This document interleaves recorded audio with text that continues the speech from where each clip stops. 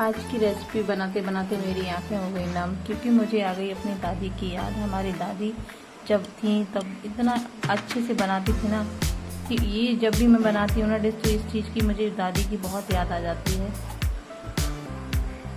जब भी हम ये ऐसे बनाते थे ना तो दादी जरूर कहा करती थी कि मैदे से तो अच्छा है ये चावल का आटा। हेलो दोस्तों, राधे राधे सभी को। तो आज हम बनाने जा रहे हैं ऐसे। तो इसके लिए मैं ले रही हूँ 1 कटोरी चावल का आटा। तो 1 कटोरी बिल्कुल चावल का आटा भर कर लेंगे हम। तो इसमें इतना ये हमारा 1 कटोरी चावल का आटा हो चुका है। इसके बाद यही 1 कटोरी भरकर हम चीनी लेंगे, और चीनी लेनी है पिसी हुई, खड़ी चीनी नहीं यूज करनी है। तो इसमें हम पिसी हुई चीनी का यूज करेंगे। तो जो चीनी मैंने ग्राइंडर से की थी तो ये 1 कटोरी से थोड़ी खाली थी चीनी। उसके बाद यही 1 कटोरी भरकर हम दूध लेंगे। दूध हमारा 1 कटोरी नहीं लगेगा, लेकिन मैं अंदाज के लिए बता रही हूँ, मेरा 1 लिटर कम दूध लगेगा। तो ये मैंने इसमें गड्ढा करके ये दूध डाल देती हूँ इसके अंदर। और आप इसमें इलायची पाउडर भी डाल दीजिएगा, बहुत अच्छा टेस्ट आता है। उसके बाद मैं इस आटे को अच्छे से एक डो बना लूँगी, हल्का सा हल्के हल्के हाथों से मिला करके। इसका बहुत अच्छा डो बन के तैयार होता है दोस्तों। तो ये देखिए हमारा डो बन रहा है। तो ये हमारी दादी बहुत बनाती थी हमारे लिए। तो दादी के हाथ के ऐसे मुझे बहुत अच्छे लगते थे। तो जब भी मैं ये बनाती हूँ ना तो मुझे दादी की याद आ जाती है। तो आज हमारी दादी नहीं है। अगर मैं दादी की बात बोलने लगी तो बहुत लंबा हो जाएगा, और इसको बनाते हुए हमारी आंखें तो नम हो ही गई इस डिश को बनाते बनाते। तो अब मैं इसकी कर रही हूँ बहुत अच्छे से पिटाई। तो ये देखिए जितनी हो सके ना उसकी पिटाई करते करते ना इसमें लोच आ जाता है। तो हमारी दादी जब भी दादी मम्मी नानी इसकी चीज़ को पिटाई करती थी ना इसकी, तो देखने में इतना अच्छा लगता था, ऐसा लगता था कि ये मुझे मिल जाए तो मैं इसकी अच्छे से पिटाई कर दूँ। तो बच्चों का तो शौक होता ही है आटा से खेलने का, क्योंकि जब भी खाना बनाते हैं तो लोई से लेकर के उसको कभी कुछ चिड़िया बनाते थे, कभी कुछ बनाते थे।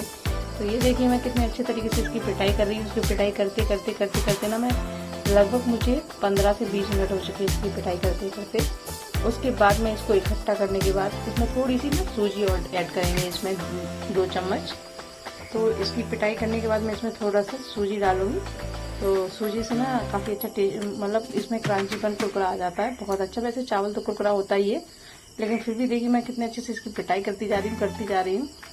तो पहले से हमारा डो कितना अलग हो गया है पिटाई करते करते इसकी।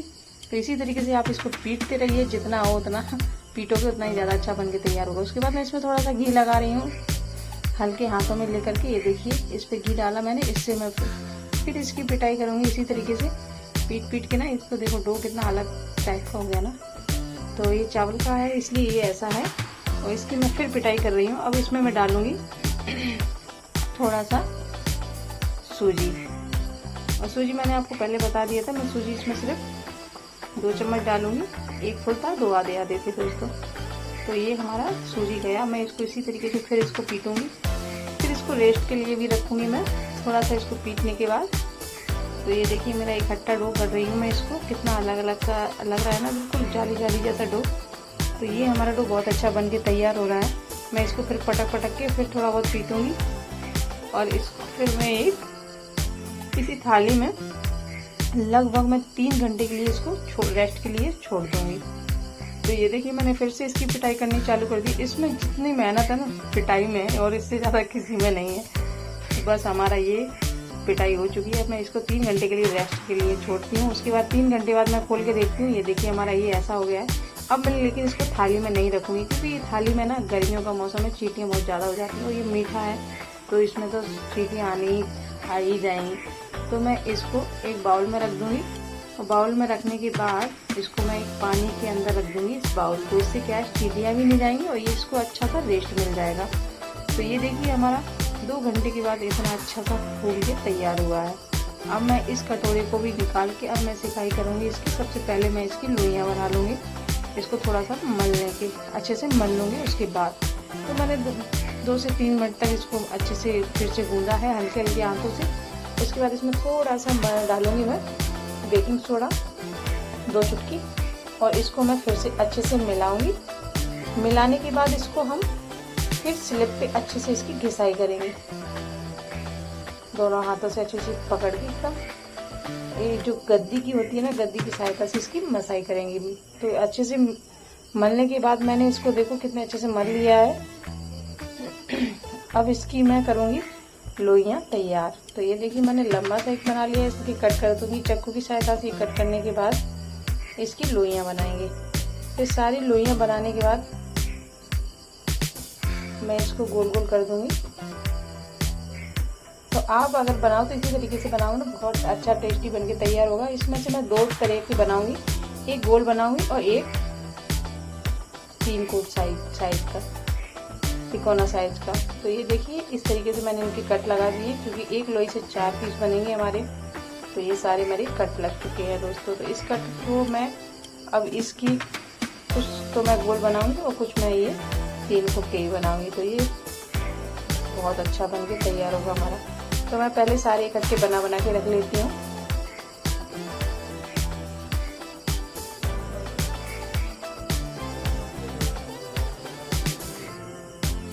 तो ये हमारे बन के तैयार हो रहे हैं दोस्तों, ये देखिए।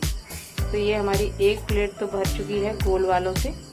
उसके बाद मैं ट्रायंगल भी बनाऊंगी। तो ये देखिए एक प्लेट हो चुकी है, मैं इस पर फ्राई करूंगी। तेल हमारा गर्म हो चुका है, मैं सारे एक एक उठा के इसके अंदर डाल दूंगी और ये अच्छे से हल्की आंच पे हम सेकेंगे इनको, स्लो आंच पे, एकदम गोल्डन ब्राउन होने तक।